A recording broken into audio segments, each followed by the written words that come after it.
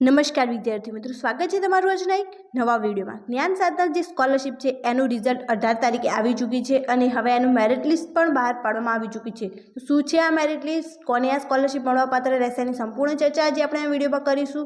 તો વિડીયોને લાસ્ટ સુધી જરૂર જુઓ જેથી તમને એની સંપૂર્ણ ઇન્ફોર્મેશન મળી રહે। શરૂ કરીએ આજનો વિડીયો।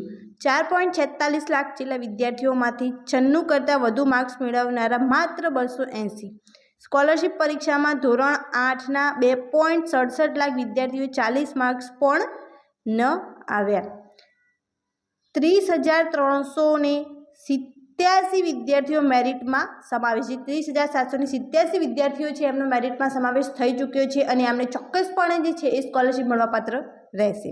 25,000ની સ્કોલરશિપનો લાભ મળશે। જ્યાં વિદ્યાર્થીઓ છે 30,367 એમને 25,000ની સ્કોલરશિપ મળવાપાત્ર રહેશે।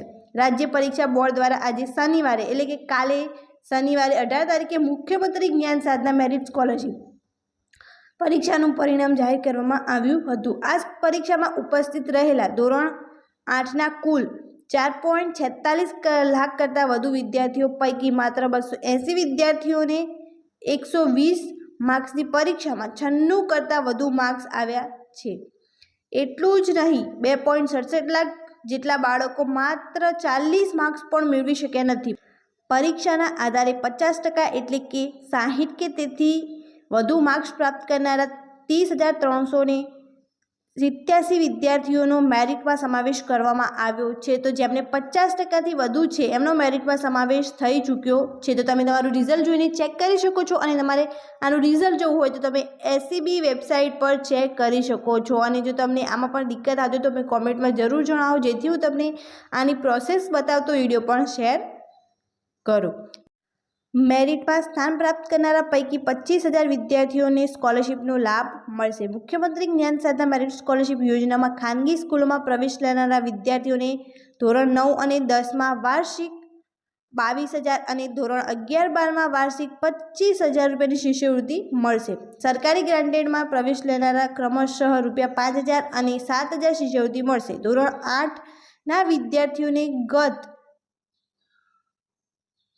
તારીખ 30 માર્ચના રોજ પરીક્ષા લેવાઈ હતી, જેમાં કુલ 4,46,698 વિદ્યાર્થીઓ ઉપસ્થિત રહ્યા હતા। 5 વિદ્યાર્થીઓએ 120માંથી 108 અને 280 વિદ્યાર્થીઓએ 96 કરતાં વધુ માર્ક્સ પ્રાપ્ત કરેલા છે। રિઝલ્ટ ઓછું હોવાથી આ વખતે મેરિટ સ્કોલરશિપનું જે રિઝલ્ટ જે છે એ 50% અથવા તો એનાથી વધારે રાખવામાં આવ્યું છે। મીન્સ તમારે 60 માર્ક્સ કે એથી વધારે માર્ક્સ હોય તો તમે આના માટે એલિજિબલ થાવ છો।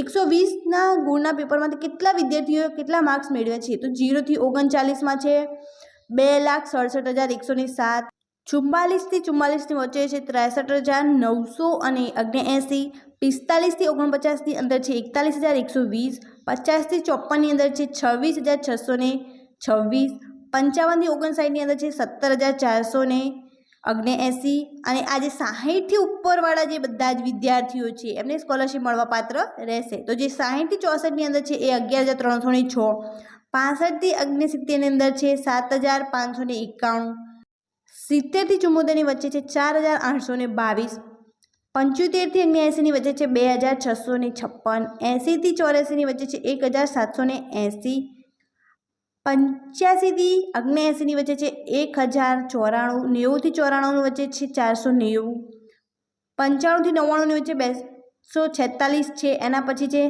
100 થી 104, તો એની અંદર 76 વિદ્યાર્થીઓ છે। 105 થી 109માં 24, 110 થી 114માં 2 અને 115 થી 120માં 0 વિદ્યાર્થીઓનો સમાવેશ થયો છે। તો તમારે 50% કે તેથી વધારે રિઝલ્ટ હોય અથવા કહી શકાય કે 60 માર્ક્સ કરતાં વધારે રિઝલ્ટ હોય તો તમે આના માટે એલિજિબલ થાવ છો અને આ મેરિટ લિસ્ટ ડિક્લેર કરવામાં આવ્યું છે। આ વખતે મેરિટ લિસ્ટ ઓછું બહાર પાડવામાં આવ્યું છે કેમ કે રિઝલ્ટ જે છે એ સૌથી ઓછું આવ્યું છે। તો આ વિડીયોને વધુથી વધુ શેર કરો જેથી આ સ્કોલરશિપનો લાભ લેનારા બધા જ વિદ્યાર્થીઓને આની ઇન્ફોર્મેશન મળી રહે। Thank you so much for watching.